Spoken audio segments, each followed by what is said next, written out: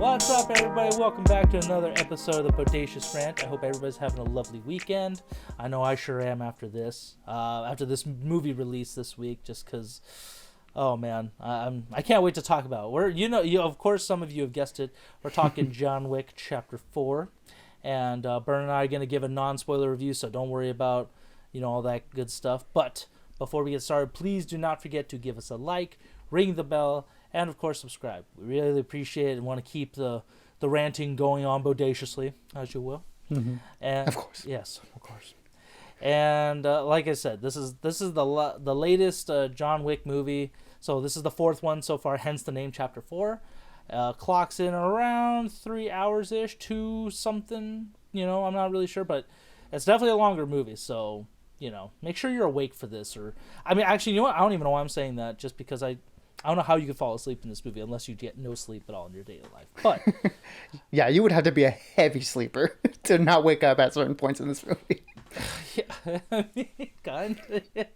It's like that My Cousin Vinny scene where he's in jail and there's like a riot going on or some sort of like commotion, and he's just sleeping like peacefully because throughout the whole movie he just can't get any sleep. So that's funny. But so this takes place sometime after John Wick Chapter 3. Not super clear on that, but these movies have been pretty great about just kind of going like back to back to back. Like they take place within a matter of like weeks or maybe a month or two. So I can only assume it's been a few months. But John is still on his vengeful path of just kind of eliminating anyone who's getting in his way. Essentially, just out to kill off the high table, like the giants, conglomerate of mob bosses and stuff who are out to kill him. And we are joined by a lot of new characters this time. I feel like the most cameos, not cameos necessarily, but just a lot of like great actors in this movie, more so than the last few. Yeah, a lot of very prominent side characters this time around. Yeah, like we're back with Ian McShane, who plays Winston. Lance Reddick, God rest him, this I think was his last movie, so that was the shitty thing about it. But so it was great to see him in the cast, though. We had some big hitters, though, especially Donnie Yen and Hiroyuki Sanada. Oh man, those guys were so great on screen. I was just like jazz hands the whole time. and also Scott Adkins, who's an awesome like martial artist movie maker, but doesn't have a lot of big Hollywood movies to his name, mainly a lot of B movies. But he's an incredible martial artist, and he gets a role here, which is really cool. And Shamir Anderson, who I've never seen in anything before, at least that I know of, as the tracker / Mr. Nobody here in the movie, and newcomer also Rina Sawayama, who I think you said that this was her first movie, and she was like a pop artist, right, in Japan. Yeah, that's what I was looking up about her. That she's like a Japanese singer songwriter, and now she can add a action motion picture star, which is kind of cool. That a lot of these I do support people want to expand their arts in their portfolio and their careers, as long as it's good. If it's like there are some people that are just not made for movies, and it's like maybe you gotta pull back. You already make enough money from music and stuff. Just hold on. But Rena's definitely the exception. She is one of the few that's just actually her and Common. I think were really good in these movies. Oh yeah, because how he's in Chapter 2, and he's one of those few guys that's done a lot of good movies too. You don't think about it, but it's like Common's got some acting skills. I mean, if this movie's any indication, she can have a future as an action star if she wants. Absolutely. Also, Lawrence Fishburne returns, and besides Shamir, the other big actor that I really like seeing in it was oh my god. Well, we saw Clancy Brown and Bill Skarsgård. He from It and Atomic Blonde and a handful of other movies. It's great to see him in this one. Plays such a good villain. Couldn't stand him. I think he's the best villain so far. I mean, maybe besides 3 and maybe besides 2 and 1. I think he's up there for sure. But it seems like he's in competition with Giancarlo Esposito for being like, who's the best villain in like modern like movies and TV shows and stuff. Because I mean, Bill is just doing a lot of bad guy stuff. He's got the eyes for it, man. I hate to say it, but no, but he seems like a chill dude. I don't know, actually. He kind of scares me. Maybe he's one of those actors that's like so intense all the time. Like you try and talk to him in public, and he's like, "What do you want?" I'm like, "Oh, nothing, Bill. You're good. You're good, man. I'm just gonna And go around here. I turn around to you, be like, oh my god, that was Bill Skarsgård. Like I'm all excited by his intensity. Oh man. But anyways, Byrne, what did you think about this movie? Your overall reaction, especially since we saw it in IMAX. Yeah, I mean, look, I'm going to be completely honest here. I was completely apprehensive coming into this movie, this being a fourth movie in a franchise, and, the last movie being like, okay, I thought going into the last one, I thought that was going to be the end of the John Wick trilogy, and clearly it wasn't, and it's kept on going. So it's hard for movies to maintain their quality, especially at this point, and especially for action movies. We have a lot of action movie franchises that fizzle out eventually. I think Mission Impossible is probably the only exception to the rule in terms of few movies down like the line, and it's still being at very high quality. So, that's a rarity. And, I really like this character. I really like these creative teams. So I was hoping, please don't mess this up. And, man, I couldn't have been more wrong. Again, like you said, this movie is almost 3 hours long. That was a little bit of a concern for me, too. 3 hours of action. That sounds like that could be exhausting, or it feels like it can get old after a while. No. You're just not at all. You're like, again? He's doing this again? How much more can he do? Until he's dead. I'm like, okay, got it. I mean, sometimes it happens like that, where either the actor or the creators are forced into making these movies, and this is not that at all. You can tell that every single one of these movies is a labor of love. They just put so much effort, they just put so much craft into this. They've basically perfected what it means to be a John Wick movie.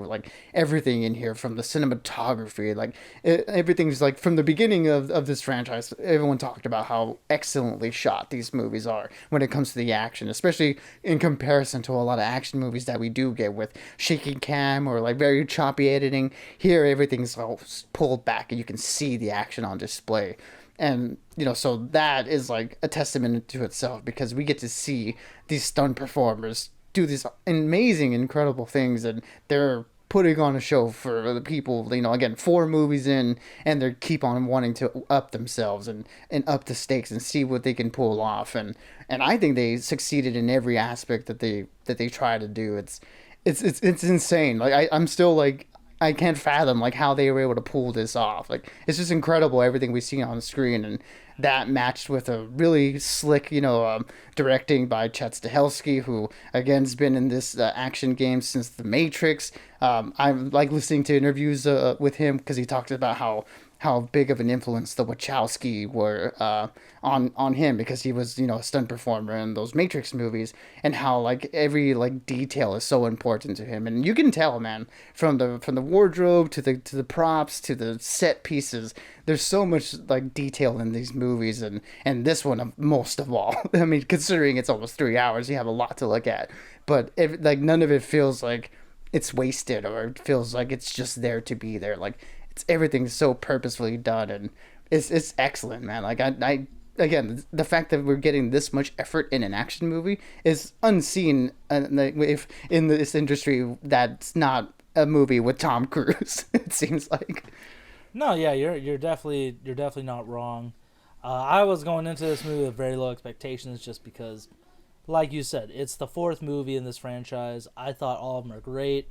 And I thought the 3rd one was the best one. I don't know how you're gonna top that, but Stahelski and the team just goes to show, fuck you. We'll keep up in the ante for you guys, and they did. They delivered on every aspect: the cinematography, the action.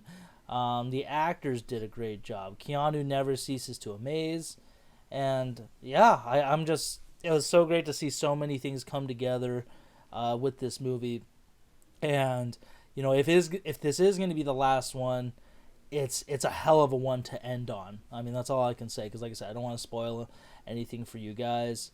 And with that being said, I'm giving this a 5 out of 5, because this movie is perfect for the franchise, in my opinion.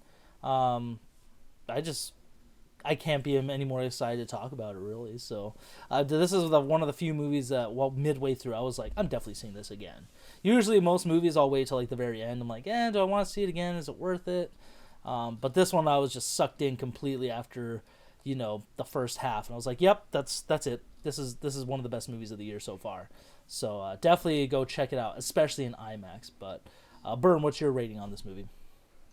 I mean, yeah, like go see this in IMAX, go see this in Dolby, whatever big, format screen that you can see this in.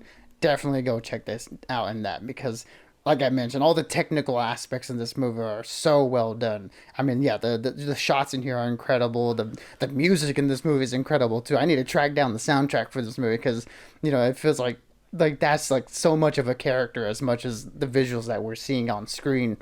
And yeah, man, like Keanu Reeves is excellent in the role, and the supporting cast here are really good too. I think they're probably my favorite supporting cast in all these movies. Not that the other ones have been bad at all. It's just here they're so rich and textured. And I mean, come on, you have Donnie Yen, one of the best martial artists working in the industry, and he gets to display his talents here.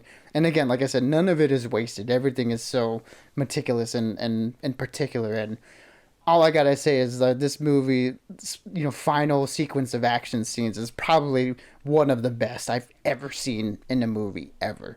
And this is one of, if not I'm gonna say one of the best action movies I think that's been made ever. Like this deserves to be in the conversation with things like Mission Impossible Fallout, Mad Max Fury Road, Die Hard, Terminator 2, all the greats you can think of. The Raid this one movies, definitely. Too. Yeah, exactly. The two Raid movies also. Like this movie deserves to be up there in that echelon because my God, like they pulled off what I thought was impossible, and that's topping the last three movies. And they did that with flying colors, in my opinion. And for me, it's the best movie of the year so far, and I'm gonna give this a 5 out of 5 as well. Good shit, my dude. I appreciate that. I'm glad well, I mean, we usually agree on most stuff, but when it comes to the ratings, I was like, oh, how's he going to go this? How are the ratings? But, oh, man. Like you guys said, like we said, this is definitely something we recommend. This is one of the few movies I recommend without fail. Like, I will say this is definitely a movie you have to see the first 3-4, because if you don't, you're probably going to be a little lost, and some things may not make sense for you. So I definitely recommend going and see the last few. Just that way you could get the whole John Wick experience and really see it grow from its very first movie from almost 10 years ago. So definitely worth that. That and because it pays off on a lot of plot threads that we've gotten in those first three movies. So yeah, you'd be watching, this movie and not knowing all the significance of the things that are happening. So I don't imagine someone's going to do that. But hey, I mean, I took a buddy to go watch the third one. That was his first one. He enjoyed it so much, he went back and watched the first two. So, I mean, these movies are just so excellent that you can show them anyone and you're going to find things to love, at least in my opinion. But yes, you watch all of them, everybody. Absolutely. But until next time, guys, like we said, we love this movie. Now we got Dungeons and Dragons coming up, and April's going to have some solid movies, and then summer is right around the corner. There's going to be some stacked months coming up. So stay tuned for that and more Mando coming up. As always, stay bodacious and keep on ranting for the both of us. Absolutely, everybody. Be good and be safe. And as always, we'll catch y'all on the next one.